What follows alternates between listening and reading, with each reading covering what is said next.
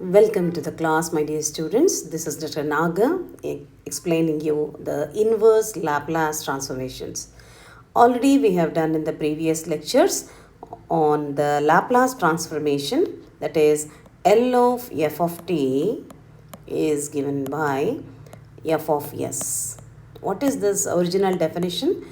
It is integral 0 to infinity e raised to minus st f of t dt. So this is what the exact definition of the Laplace transformation. Now if this is what the Laplace transformation, then what is f of t? F of t is given by the inverse Laplace transformation of the function f of s. So this is what the definition of the inverse Laplace transformation.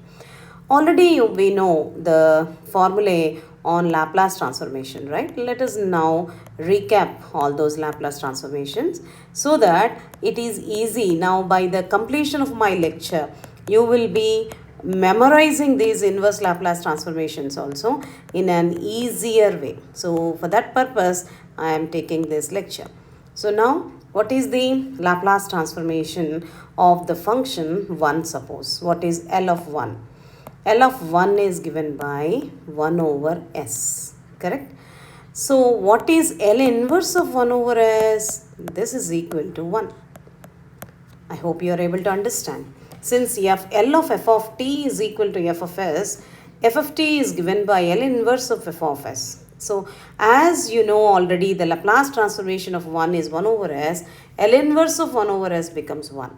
And then what is L of t to the power of n? This we know already, that is n factorial over s to the power of n plus 1, and this n factorial also can be written as gamma of n plus 1 over s power n plus 1. So the same pattern, what is L inverse of 1 over s power n plus 1? Then it is given by 1 over s power n plus 1 is given by t to the power of n by n factorial. This n factorial comes down t power n, that's it.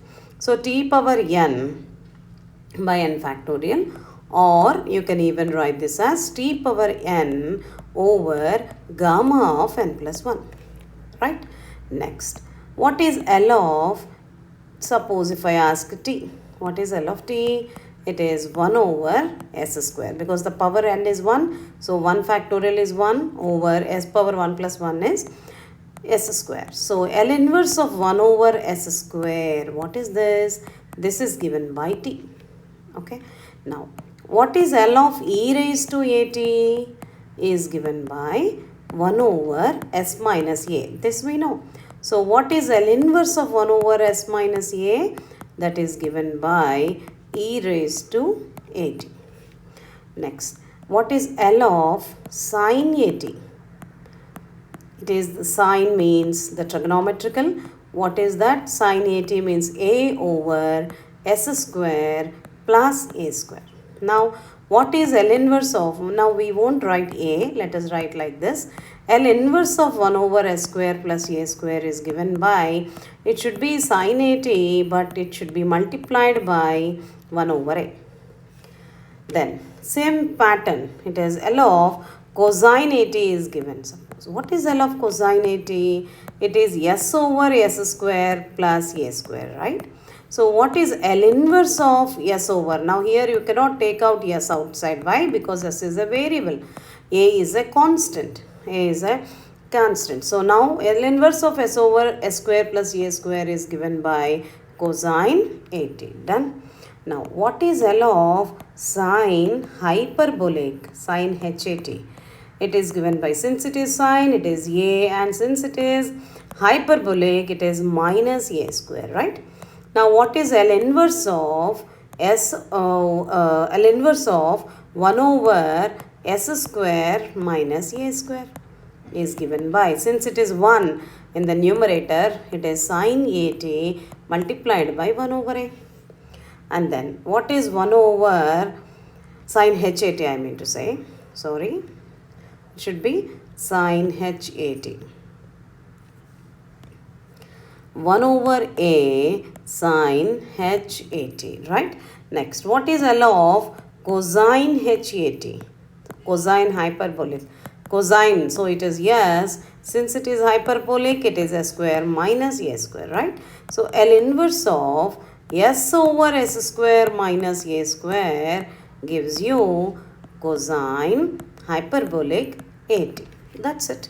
These are the important formulae which you have to memorize when the inverse Laplace transformation is given. So try to memorize these inverse Laplace transformations, which are very, very important to do the problems. So let us now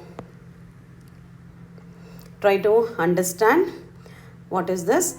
This is given by the function f of L of f of t is equal to f of s, suppose. Then it is given by integral 0 to infinity e power minus st f of t dt. And then the inverse transformation is given by f of t is L inverse of f of s.